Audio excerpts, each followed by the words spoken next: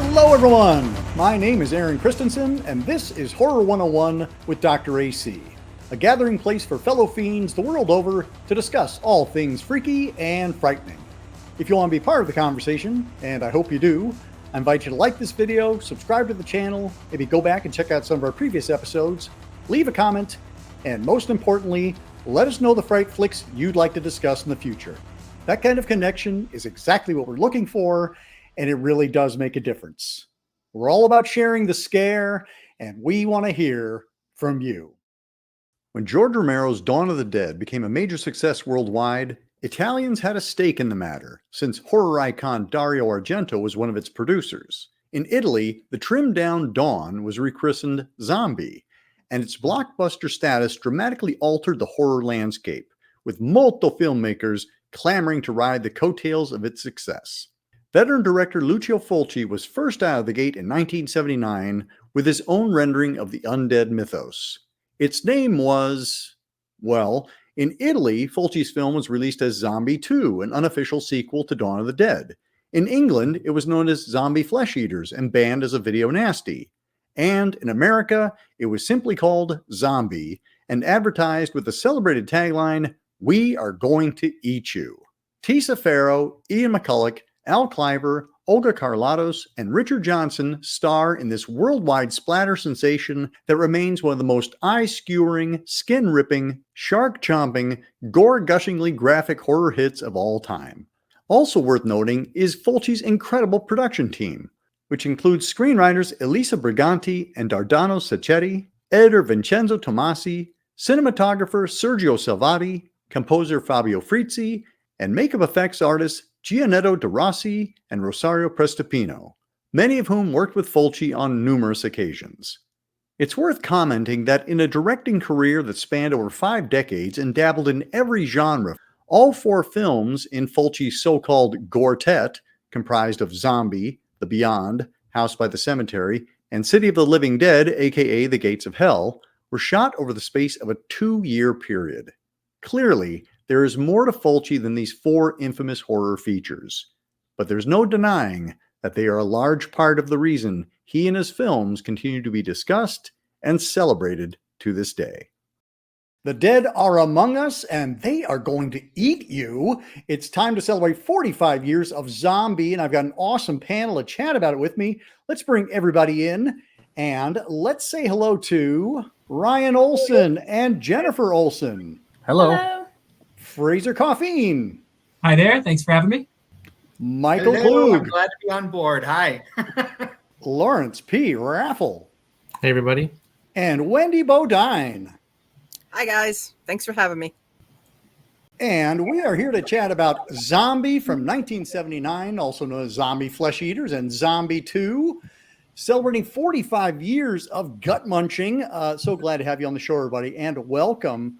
Let's dive in. It's the summer of 1979 in Italy. The movie wouldn't play stateside until 1980, so we're celebrating it a little prematurely, but I'd love to just kind of go around and get everybody's origin stories in terms of where they came across Zombie for the first time. Jennifer, why don't we start with you? I had a friend that loved Italian movies, and he invited my then husband and I over to watch a movie with him and have dinner.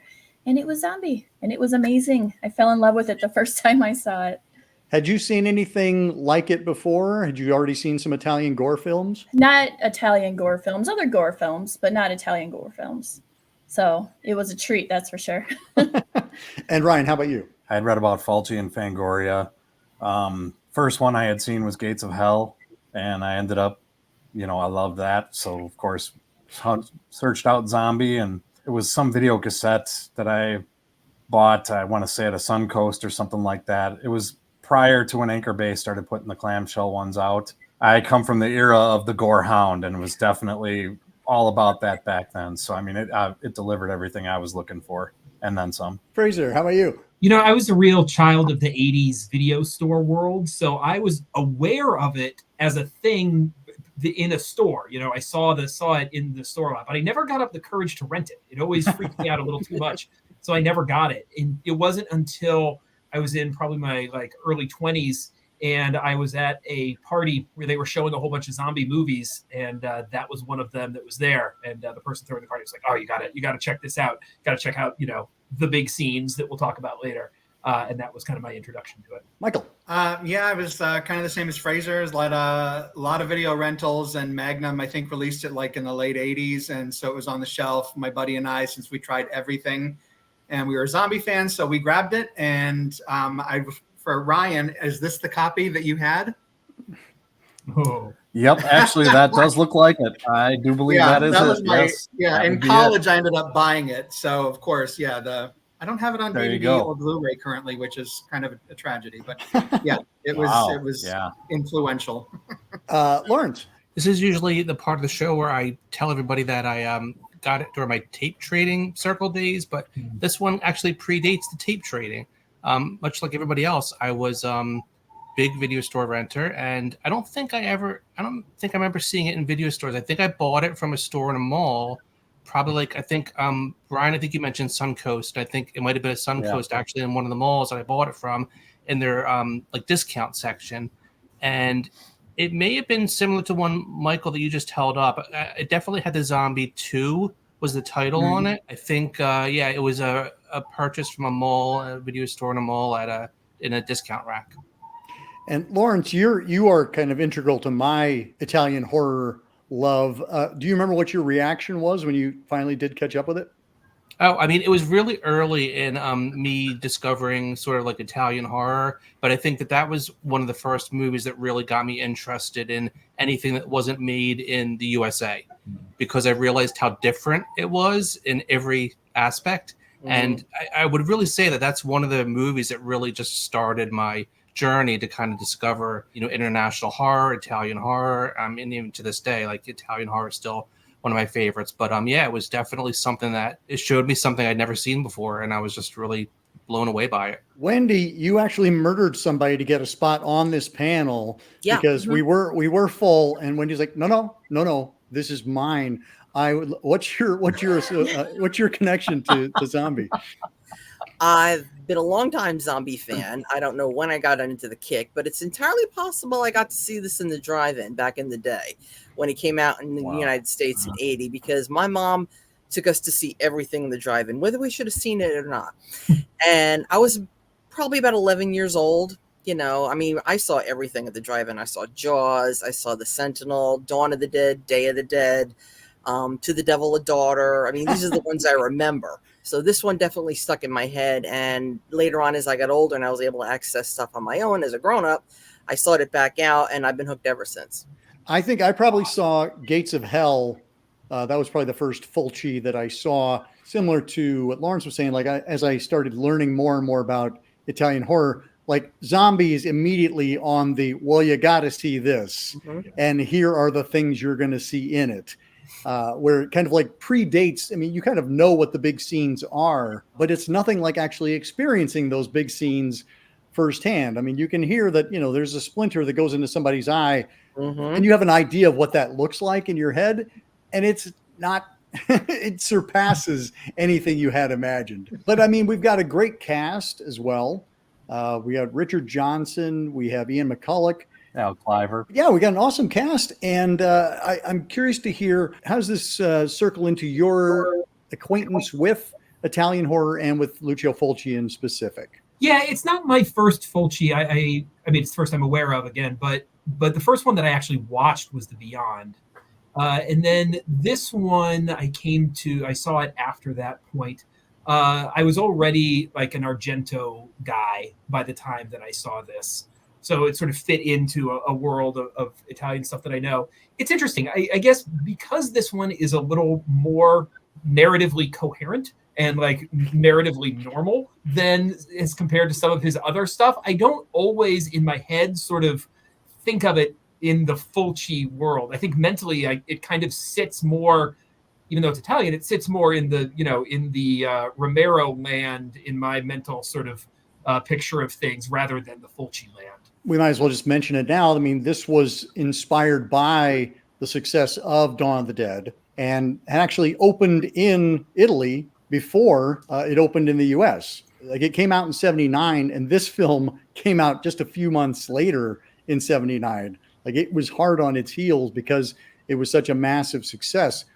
Like I said, it's probably my first Fulci movie. When Fraser brought up The Beyond, I definitely remember seeing that one at the drive-in as well. Michael. Yeah, I mean, it was my first. I think I saw chunks of House by the Cemetery as a very little kid, and I don't think I could go much further than that opening sequence. So I think this is my full, first Fulci, and I've since then, of course, seen Gates of Hell and The Beyond actually very recently, which it didn't earn that amazing ending, but I really liked it anyway.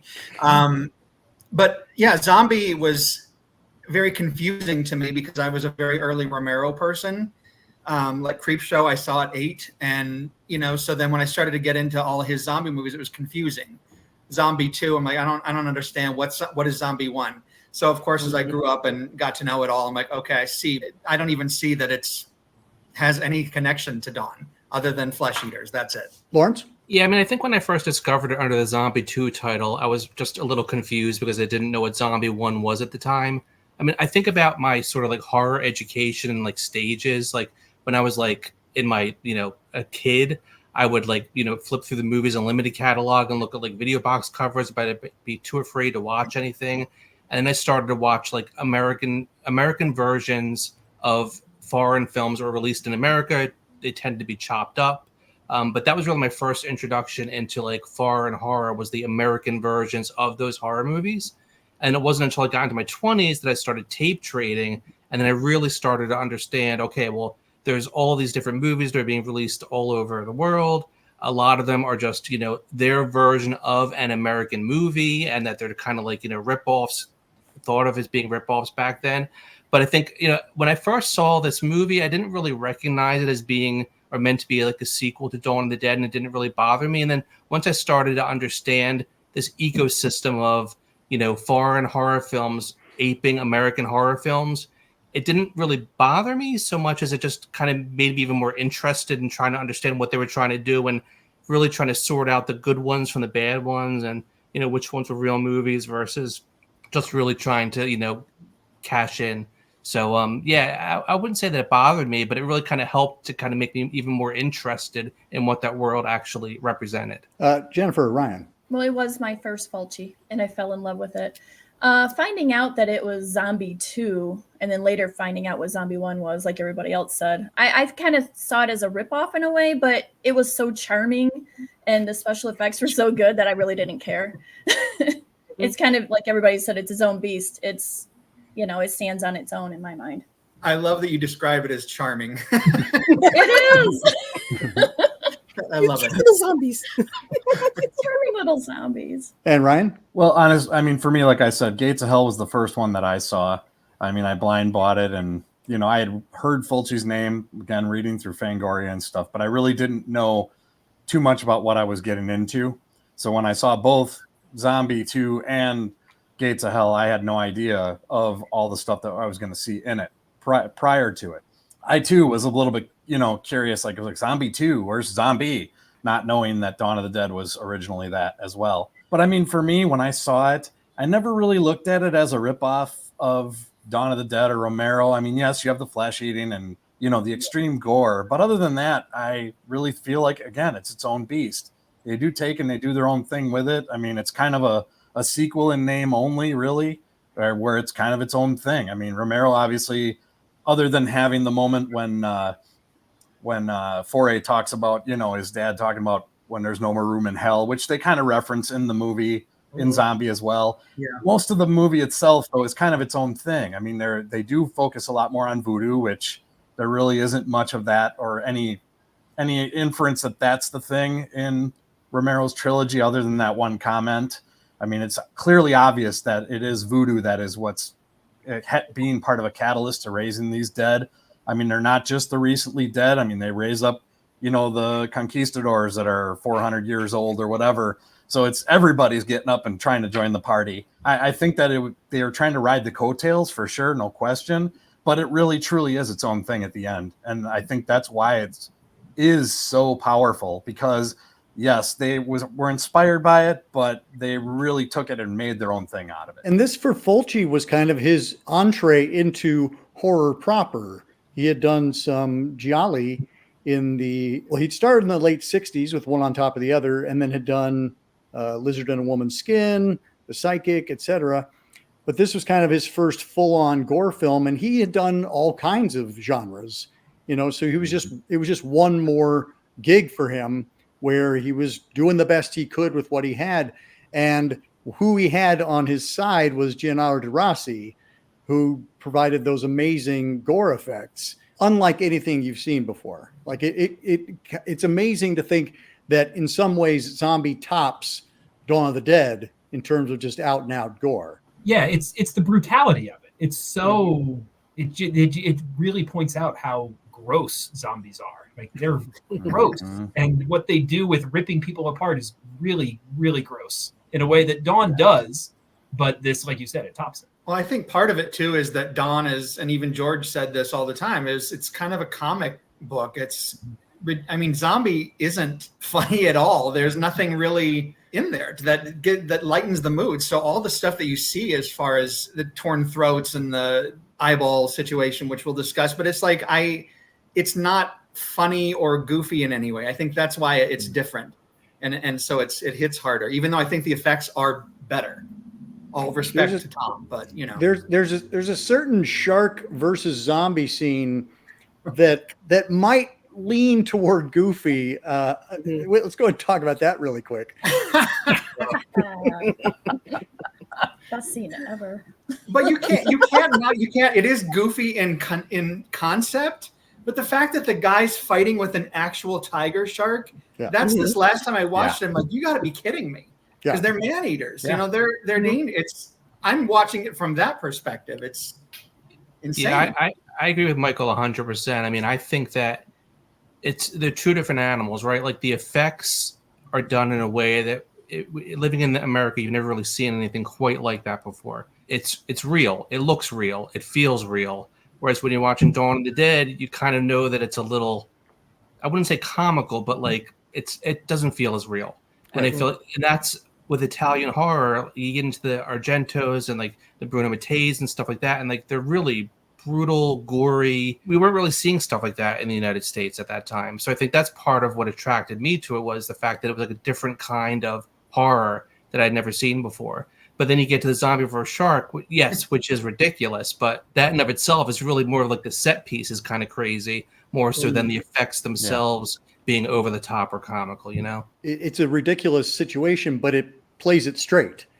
The whole movie plays it straight. Everything in that movie is played. It's very earnest. It's like they take it dead serious. Nothing's played for laughs. There's no jokes. Like no matter how ridiculous the scene is, they take it very, very seriously. And I think that's part of the reason why it works so well is because they're really serious about it, What's your favorite gore scene in the movie? I was just impressed, when I first saw it, like the very first scene out of the gate, when we see the doctor having to deal with that zombie and it's like blam, and then like the stuff coming out of the head and everything. And then, you're in for something special, and it's kind of a shame that they had that big thing with the New York City part afterwards. And it's like kind of got a little boring, but once it picks up, it keeps going. And I like that, especially when they run upon the doctor's wife after the eyeball scene, when they're all having dinner at her house, that was really intense. The dinner party. She's hosting dinner, That sequence when they discover the doctor's wife actually physically made me gag. Like I literally was like, I'm gonna be sick, and I'm not, and I've got a strong stomach for gore, but that was harsh. And even watching it recently, I'm like, it's still kind of unpleasant. I don't know. It's a great scene, and there's a moment in that scene that I think speaks to what we were saying before about the like comic side versus the serious side, which is after they see her and then they go to leave, right? They get stopped at the door by those zombies and they have to kind of fight their way out. And there's that moment where he takes the antlers off of the wall, right? And I feel like the majority of movies would make the decision to stab the zombie with the antlers. It's just begging for it, right? But Fulci doesn't. He just smashes him with it, which is the much less comic and much more real response, right?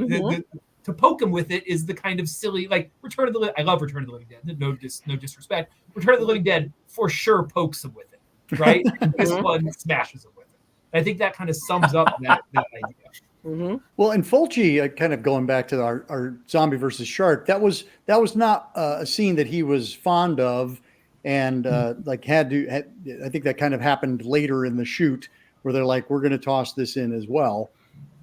But he, I think he was trying to play it straight, and I think he was taking it as seriously as he could. And it's interesting to see kind of what you said, Fraser, how kind of more nightmarish his films became after this one, after he had so much success with this kind of splatter venue, to be like, okay, well, let's try The Beyond, and let's try Gates of Hell, and let's try House by the Cemetery, that become just increasingly unhinged in terms of their screen story.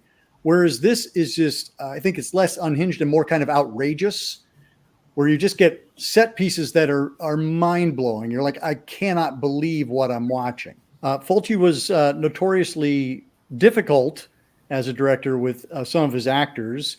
He tends to have a harder time with the ladies. He picks them one out, and he can be kind of mean to them and harsh. And I mean, it sounds like a lot of it is he didn't tolerate people that weren't being professional, and he just didn't have any tolerance for whether you were, if you were not taking it seriously or doing your job to the level that he felt it was. He didn't suffer fools. Anybody else? Any comments on Lucio Fulci and his actors? I mean, Tisa Farrow gives a horrifically bad performance. I don't know. Well, I don't think she was the one who earned his ire, though. I think who's our scuba diver? Aureta. Was it Aureta? Aureta? Yeah, Aureta apparently claimed that she could swim, and apparently couldn't swim, and so there was a lot of time and energy spent trying to get those scenes. There was a glorious moment that Richard Johnson relates where Fulci starts grabbing the ground and like stuffing grass into his mouth. And he said, I either eat the grass or I eat you. So he was a notoriously tempestuous individual, but those that he worked well with and that he really respected, Richard Johnson has nothing but good things to say about him. Ian McCulloch was never a fan of this movie. And so while he doesn't have anything to say about Fulci per se, he just was always been mystified by the popularity of this film. And so it's interesting when he shows up on interviews or at conventions where he's always just like, I don't know why you guys like this movie, but I guess you do. Lawrence, some of your favorite moments in Zombie? Well, just as we're talking, the one thing I wanted to just touch on real quickly is the zombies themselves. I do think that this movie has some of the most memorable zombies and zombie faces, and each one seems to have its own distinct personality, as in the fine fella standing behind Jennifer and Ryan right now. I think I have his head around here somewhere. But I do like the one thing that has always stuck with me about the movie more so than like the eye gouging and some of the blood and guts and stuff is really just some of the zombies and like the memorable types of zombies that are in the movie. How each one does kind of seem to have its own distinct personality. I'd almost like to understand each of their backstories to see where they all come from, because you kind of do get invested in them as characters in the movie, even though some of them are only in it for like a couple of minutes at a time. They do leave an impact.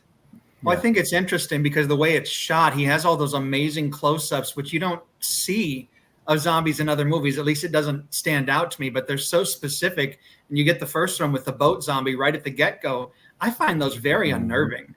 They're upsetting to me because the camera's sort of shaky. And I mean, there's nothing else to look at, but they're gross faces. I think that's an impressive thing. And I don't think I've ever really seen that before. Well, and I like your point, Lawrence, of like, yes, each one of them has their own, like the shark zombie is very different than the eyeball zombie, is very different from that one shuffling one that does the 180 where we see one side of him and then we see the other side that's all kind of eaten away. Each one of them is very memorable. And kind of to your point, in the way that like Dawn of the Dead, we kind of had the blue paint on our extras. And then, you got a few showcase pieces here and there. But here they all feel like they all got attention paid to them. Yeah, I was going to mention that. I mean, like in Dawn, there are a couple of standout zombies, like the airport zombie and the different zombies that you tend to remember. They're all there for a reason. Generally, we understand that the mall was important to them, so they go back to the mall and consumerism and all that stuff. But in this story, we don't necessarily know why they're there or where they come from. Despite that, they're still very distinct.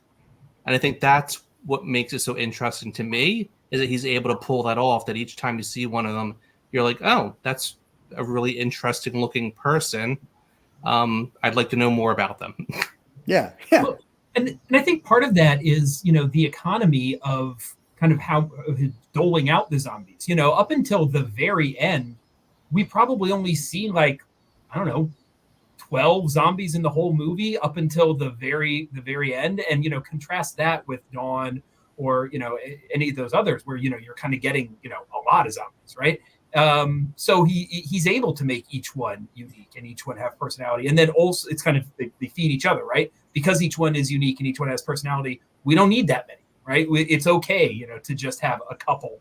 And that gives that sense of, fear and terror. I like what Michael said too about the close-ups. I agree with that, especially because Fulci's got no problem shoving some worms and various other crawly things into his actors' faces while they do these things. It's really gross. That's what really impressed me about it, because like you said, in Dawn, you had like your blue paint and your funky hair and stuff. But this one, he wasn't afraid to get the close-ups of the zombies. You could really speak to the makeup, how much detail they put into it. And like you said, each one is distinct as far as you could tell the 400-year-old zombie versus the one that just died a few hours ago or the one a few months ago, because of the worms and the maggots and everything else. They put a lot of work into it. So I think they deserve the close-ups. It was really good. Yeah. And as you said, Michael, I think, right at the beginning on the boat, which is a great kind of callback to Dracula with this kind of, deserted vessel floating into the harbor. But we get one of the biggest zombies, I think, that has ever shown up in any zombie movie ever, unflatteringly referred to as the fat zombie. But he's so memorable, right? It's like we've never seen anything like that before. And he's only in the movie for a few seconds, but he makes a huge impression. Yes. I read online where that guy in full makeup, the fat zombie, went into CBGBs and nobody had a problem with him. It was the 70s. They didn't care. They were all pumped out. The bartender didn't even look at him. But yeah, it puts the gore front and center. Mm-hmm. And we kind of know what movie we're in for. While I was collecting the images for the intro, Fulci, especially as he enters this phase of his career, oftentimes gets written off by more highbrow critics as kind of a schlocky horror director who's only about the gore scenes. And as I was going through, shuttling through, there are so many amazing shots that are so artfully composed, starting with that sailing of the vessel into New York Harbor. That looks beautiful. There are shots of just that kind of shot down the village where you have the rows of houses and you just have like zombies walking slowly. Like there are so many really beautiful shots. And I think Fulci, because he's best known for these kind of gory films, I think he kind of gets written off as not the most technically skillful director. And I think that is completely false. I agree 100%. And that's evidenced very well when Stephen Thrower points out the whole eyeball sequence. When you think about that, the way it's constructed and the way it all plays out and where it leads up to it, I mean, it's a suspenseful, well actuated and put together scene. The way everything is assembled in that, how it leads up to it. And if you watch the shots and the way that they're put together and how everything is constructed, I mean, it totally leads you to that moment and when it happens and how even that happens. It's very suspenseful. I mean, just starting from when she's trying to fight to, keep the things out and get that door locked, and just, the sense of dread that starts just from when she gets out of the shower. I mean, all the way up to her death. I mean, it is a well-crafted, suspense-filled, I mean, that's as good as any horror scene you can put in any horror movie. And I know that people go, well, it's gory, so that knocks it down a notch. But it doesn't, because you have all the same tropes and suspense leading up to the money shot, you could call it. That's on par with anything that's in any of the best horror movies ever made, in my personal opinion. Yeah. Well, I wanted to piggyback on what you said, AC, is that I just introduced this to an uninitiated buddy a few days ago. And it was very interesting because, of course, I'm like, oh my God, there's 2 scenes in here that you're blah, blah, blah. And he's sitting there, he's like, it's really beautifully shot. And I'm like, yeah. Because I'm not, it's exactly that. I'm thinking that. But the one thing I wanted to bring up is the village scene. And I wrote a blog years ago, right after I saw Lake Mungo, which destroyed me. And I'm like, okay, what are the big moments that just destroy me as far as horror? And so I made a list. There's something from Jaws, something from Halloween. But I was looking at Zombie, and I'm like, it's that village scene with the one zombie way in the back. Yeah. That scares the hell out of me every time I see it. And then you finally get that weird close-up of him. It's just unnerving, and yeah, it's primally gross to me. And Fulci has the guts, pardon the expression, to just stick with it, right? To be patient and trust that the audience will go along for the ride. Because I think I kind of bought into the notion that this was just a collection of set pieces and the rest of it was just kind of ridiculous. And, Richard Johnson is saving the day with his acting, and the rest of it's kind of, pretty terrible in terms of script.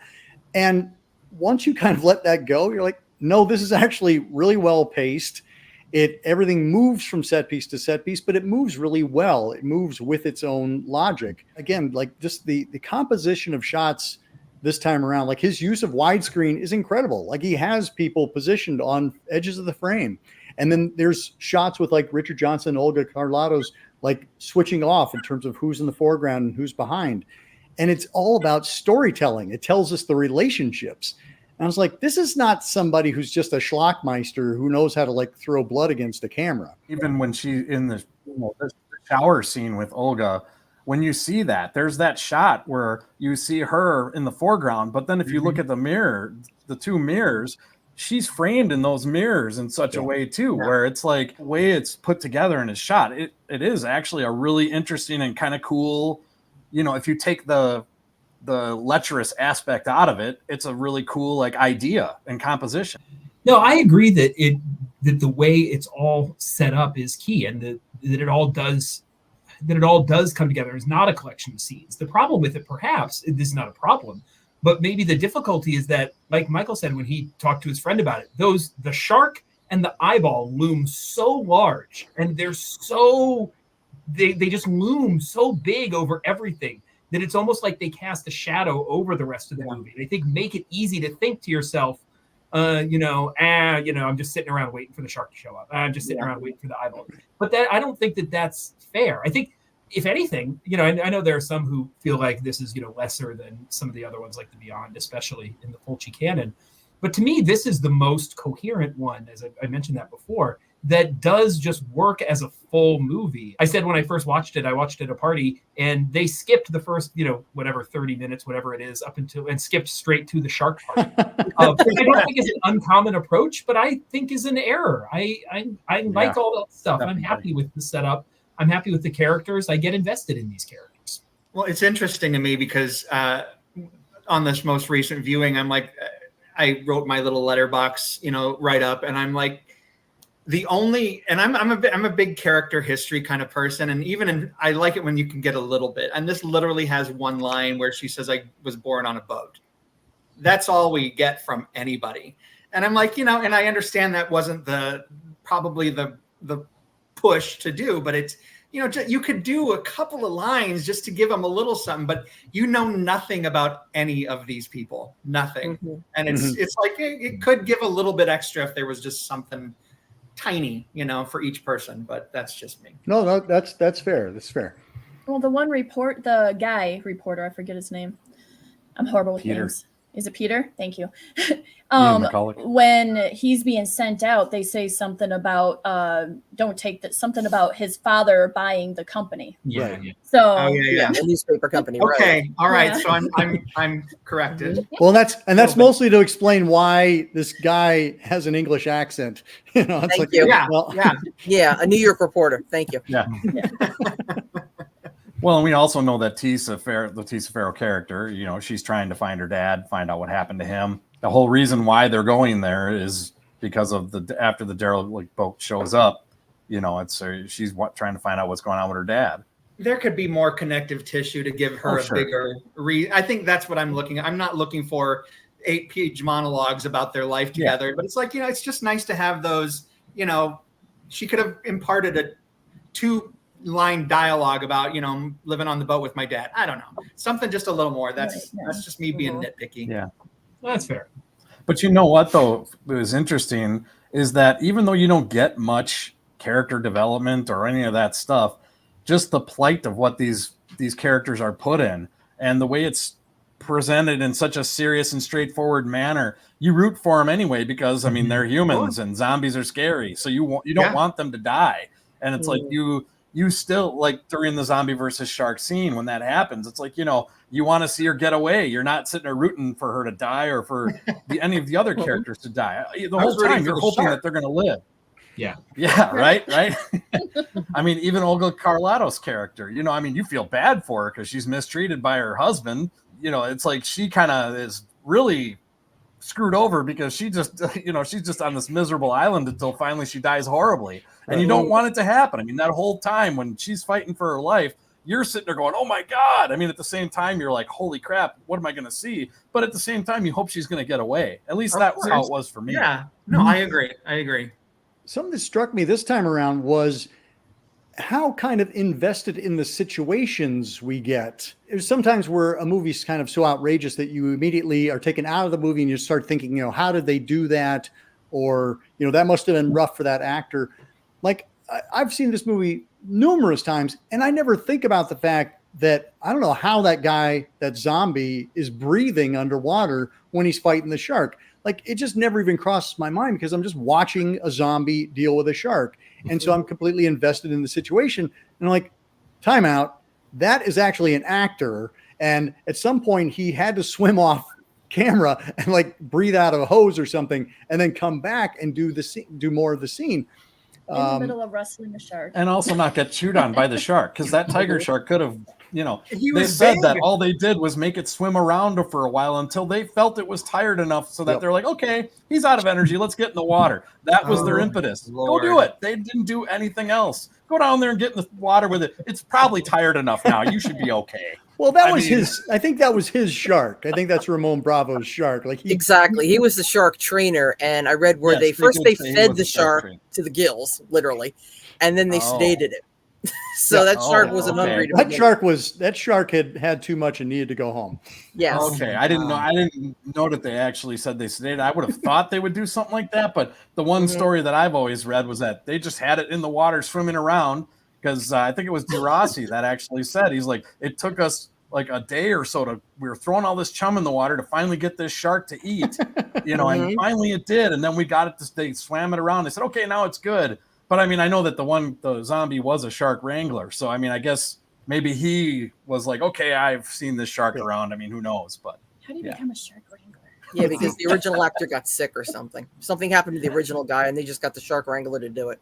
Yeah, and the way he moves is kind of almost balletic. Like he moves with a real grace underwater, and it reminds me a little of Riku Browning as Creature from Black Lagoon, where that zombie seems at home in the water, and there's no reason why that zombie should be in the water to begin with, but he is. And another one that kind of like when we have the worm zombie that kind of sits up, we don't think about the fact that that's a guy under there and he's got worms like sewn into the inside of the mask, because otherwise the worms would all fall out, right? So they actually sewed the worms into the mask, and one of them apparently fell off and was starting to go back up his nose. Like he was looking for someplace warm to live. And Gennaro Rossi like grabbed it by the tail and just kind of pulled it out before it could disappear up into his brain. Hazard pay. That's dedication. But again, that's kind of you don't think about that until you've seen this movie multiple times and you have that moment of, wow, like the making of this movie must have been kind of wild on its own. Well, I think that also ties into what we were talking about earlier about Fulci. He's not just a schlock director. He's actually a very talented director. I don't think he gets as much credit as he should. He's usually backseat to Argento and other more popular Italian horror directors, but he was a talented director, and he should get some credit for that. Another thing that we were talking about a little bit earlier. So when I watched the movie again before we recorded this, and I logged on Letterboxd, and I just wanted to like kind of scan the most recent reviews to see what people were saying. And it felt like a lot of the most recent reviews were people that were watching it for the first time, and they all liked it. And they all echo the same sentiment where it's like, I've heard about these infamous scenes like the zombie versus the shark and the eye gouging, but it wasn't until I saw it that I really sensed how big it really was, you know? So it wasn't like you were saying earlier, how like maybe people have heard about these scenes and these scenes drive their interest in the movies, but when they finally see it, it's bigger than what they actually heard or what they thought that it was going to be, which I think is also saying something. Because if somebody says to you, I'm going to show you a movie where there's a zombie and a shark fighting each other, you think you've got it all pictured in your head, and then you see it and you're like, well, this is not at all what I imagined it was going to look like. Yeah. So, and that's not easy. So he gets credit for that. Well, I want to say too, and going back to kind of like, okay, I'm not particularly invested in these characters because we don't get anything, but I agree with what everyone was saying, that, you know, you're still 100% invested in their safety. And I think part of it is that the movie has such a wonderful atmosphere of dread. I mean, the thing that always sticks out to me is when he's like, oh, they're over on the other side of the island. I'm like, oh, that's not good. You know, that it's just an island. They're going to be over here. You know, they are. And not a big island either. And like that wonderful shot of the church with the wind kind of blowing the dust. Yeah. It's very effective in so many ways. So I think that's what kind of lifts up the lack of character development, because you know it's a bad situation, and Fulci really gives you that. Like it's unpleasant, and you know it's not going to be good. So, well, what you just said, Michael, that goes to that opening scene where you just see Richard Johnson like completely backlit. You don't even know who it is that's saying it, and he shoots somebody in the head. Like that's how this movie opens, and then you've got Fabio Frizzi's like amazing synth score, which doesn't feel like you don't know what to make of it. Like it doesn't feel like a horror film. It doesn't feel like you don't know quite what it is, but it does feel unnerving. And I think it sets that tone that you're referring to, that sense of dread. And Fulci continues, as we were saying earlier, he continues to play it straight throughout, even through the outrageous sequences. It feels hopeless. It feels like this is not going to go well. Like nobody's happy. There's not a single happy person in this entire movie, except for maybe a Lucio Fulci's editor character. He seems okay. Yeah, he does. He's rather jovial. I'm glad you brought up the score, because that is we haven't talked about that, but that is the classic piece of it. Absolutely. It is an all-time great score. There's so many. I love the your kind of classic zombie, ominous zombie stuff. Your drums. I will say I have a soft spot for the weird little disco song that plays while they're exploring the boat. I enjoy it. I enjoy it.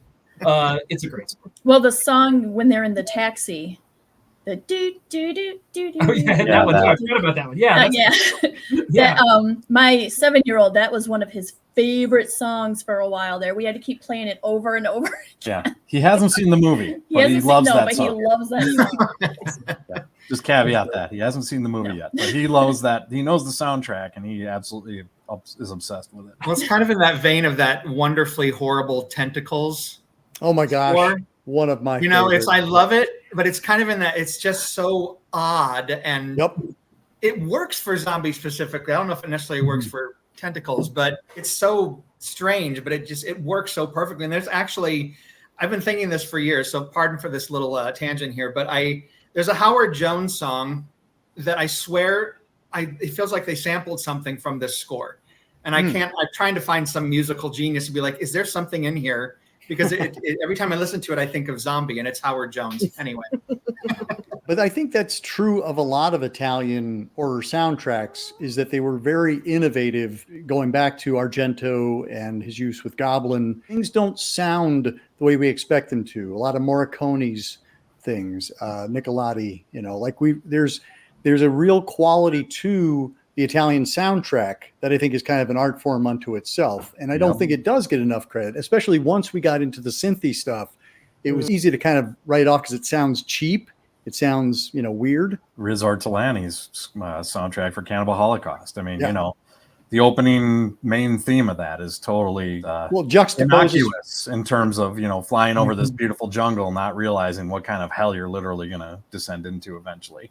It's and a lot of times it does play counterpoint to what we're seeing on screen. Well, I think that's one of the benefits of discovering a film like this when I was young. I was already very well versed in American films. And so like Lawrence was saying, it's like seeing something outside of there, not only for the score, but the way it's shot. And it's just such a different experience. And I think that maybe plays into my immediate love for it, because I'd never seen anything like this. Yeah, the score's not something I would have heard anywhere else. And so I think that's one of the reasons it sticks with me so much, because it was such a huge turnaround for my film experience as a young kid. So, one of the things that struck me on this most recent viewing, and I have to give credit to Troy Howarth for his commentary on the Blue Underground restoration Blu-ray, is, you know, how the movie is kind of elliptical. It starts off in New York and then it comes back around to New York. But I don't think I'd ever thought about the fact of why New York has suddenly become besieged with zombies. And does anybody have any theories? I had this exact same thought this time. Yes, that there's a whole zombie movie taking place in New York while we're on the island. Like I thought that exact same thing. And I love that there's a whole separate story going on and we just don't get to see it. Oh, I'm sorry. It's the cop. Right. Falls into the water. But that's what I was, And Troy Howard's theory is that Fat Zombie has contaminated the water supply. Oh, wow. Yes. Yeah. There's And that I was too. like, New York Harbor? New York Harbor, really? That's the water supply? Yeah, but they shot the Fat Zombie in the chest, so he's still alive. And if he's in the goes by the shark scene, walked. he can still walk up. Yep. Exactly. To the shore. Like the one Romero movie where they all come walking up out of the water. Yeah. Land of the Dead. But I think the idea was that the cop got up, he bit the coroner, and the coroner goes out and he bites somebody and it gets exponential. But I don't think it would happen that quickly.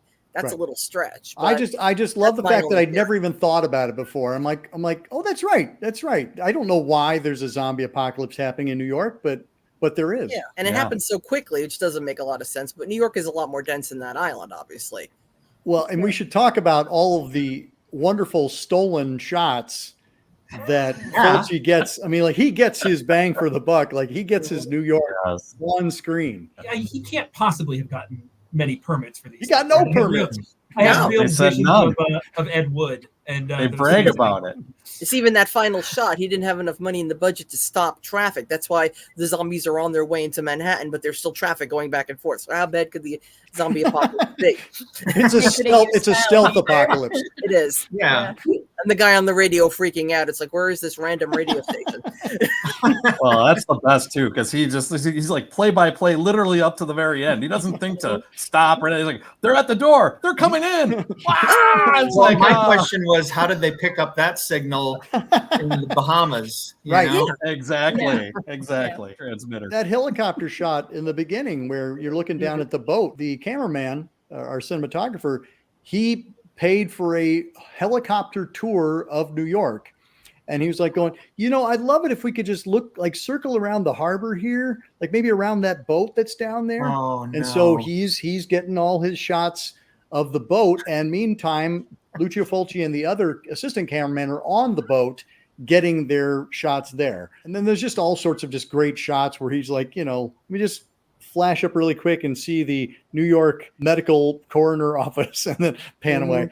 And I mean, I think he got a few more permits when he did New York Ripper, but not a lot. Yeah, but it's effective. I don't feel like we were cheated out of anything. So it looks like he got what he needed. Yeah. Like it doesn't feel like it's edited or, clipped too close to certain things. It feels he's setting it up well. He's taking his time. No, it feels wonderful in Gonzo. And it makes me just enjoy the film on a whole other level. Mm-hmm. And I think about our poor actors who are like, in the burning hut, stuff is going up like around them. Mm-hmm. Yeah. During that scene, I was constantly questioning, like, what is their thought process of, I'm going to throw the cocktails inside the church that's wood. Yeah. Mm-hmm. The old dry wood. Lots of windows around. You can throw them out. But no, we're doing it in while we're in here. I just love that this is horror films are notorious for people not having, peripheral vision. But this one is just kind of takes the cake. The assistant doctor, whatever, the female, it just makes me laugh. It's like, do you not you've got a pretty wide range of vision. You don't see that one right there. I don't know. It always makes me laugh. But well, not to mention the fact that every single time it seemed that a female was presented with a zombie, aside from Olga Carlotta, she's the only one that fought back. The rest of them just became petrified with fear, and we're like, you got me, get me. And they're moving just get up and run, slow. I mean, but it doesn't matter. You got me. I'm stuck. I'm done. Like Tisa Farrow, and it showed, you got to wait for the other guys to come save her. Aretta, come on, run. He's moving very, very slowly, but no. They just stand there and wait for him to get killed. I could have outrun them, as I have arthritis in both knees. So it was just ridiculous the way they just stood there and screamed and waited to die, Yeah. They're like, okay, just do it. Yeah. Especially Tisa Farrow. She literally looked like she was just like, oh, okay, I give up. I mean, Aretta, at least she was just paralyzed and petrified with fear. Going back to Aretta, it's like I take back what I said, that there was no kind of human connection. I think it actually what's her husband's name? When he actually discovers Brian. As she kind of stands into frame, turn, that's kind of heart-wrenching. So I take back my earlier comment. That's a rough moment. Brian, her husband, gets credit for his. My favorite thing about him is his bizarre pronunciation of conquistadores. Yes, conquistadores. The highlight of that guy. You got to bring up his Planet, Daily Planet. Daily Planet. Yeah. That was very cool. Which, when he first hugs Aretta, only has a tiny little blood stain up by the thing. But then the next scene, when you see him coming out, his whole front is completely soaked And with, his shirt's ripped. Yeah, it's all ripped and sweaty and gory. But after he hugs her and backs away from her the first time, he's just got a tiny little spot on the top there. It's soaked through. It took time. That's all. Yeah. These actors, as I mentioned, Ian McCulloch, he didn't have much truck for this film, but they did start doing conventions much later in life, and they were kind of surprised and knocked out by the love that was shown for these films. Ryan, were you at that Cinema Wasteland when Both they of had us the were. anniversary? Oh, you were there as well. Both of us Great. were there. Yep. Yeah. We didn't know each other then, but we were both there. No, we didn't know each other then, which is crazy. But we were both there. Yeah, we got to meet everybody, and there's actually a picture I have with Aaron from Horror Hound. And he was getting one with all of them. And he called me over and said, hey, jump in here with us. So I got to jump into a picture of everybody with myself and Aaron from Who was in Horror Hound. attendance? It was Ottaviano. We had Al Cliver, Richard Johnson. Ian McCulloch was there. Beatrice Ring was there too, but she was obviously Zombie 3. I believe it is Zombie 3 she's in. But so they had all of them. Those were all the ones that were there. It was Ottavio, Richard, Al, and Ian. It was awesome. I mean, they were all really cool. And they were all just like incredibly humbled by the fact that people loved this movie. Yes. And because I mean, I think it's appreciated in Italy, but it really, resonated over here in the States. I don't think I've ever met the cast of Zombie specifically, but anytime that I've been to a convention and there have been actors, actresses, filmmakers from European films overseas, they're always surprised by how much we like their movies. Think about like the 90s to like the 2000s. So there weren't really a lot of people traveling to the US for these types of conventions. It's a fairly recent thing in the past 10 to 15 years, maybe. And I think it's because they just didn't know that people cared. And maybe they might have been approached to come to the US to go to a show. And maybe like, well, I don't know if I want to do that because I don't think anyone's going to really want to see me. But they've always seemed very humble and just unaware of the fact that they have so many fans in the United States. I feel like that's something I've often found with actors from these types of movies. Yeah, on that documentary, Al Cliver he's talking to the interviewer, and he's like, I wasn't going to come because I didn't want to like show up and have like 3 people there. And his wife is like, no, you should go. And he was just blown away by how many people were there and how passionate they were and how excited they were to meet him. And he has a very kind of like quiet, raspy voice at this point. It was just, you could see the emotion in the interview. And I was like, wow, that's so cool that I'm glad his wife talked him into it. Well, one of the guys that was really important and key in bringing a lot of the Italian actors and stuff over was Mike Baronis. Yeah. He was very instrumental in starting to do this. And actually, it's a little bit more than 10 years. It's been like since the late 2000s-ish, I think. Around that time is when we started seeing more of an influx of them. Because I believe even this one, the the Cinema Wasteland one was around 2011. So I mean, Yeah. it's not quite, it's still late 2000s ish. But Mike Baronis, he was a huge go-between and person that brought a lot of the Italians over here. I forget her name. The main demon from Demons 2 has been at Wasteland. Oh, Geretta, yeah. Well, no, from Demons 1, the Demons 2. That's Orlina, what it is. yeah.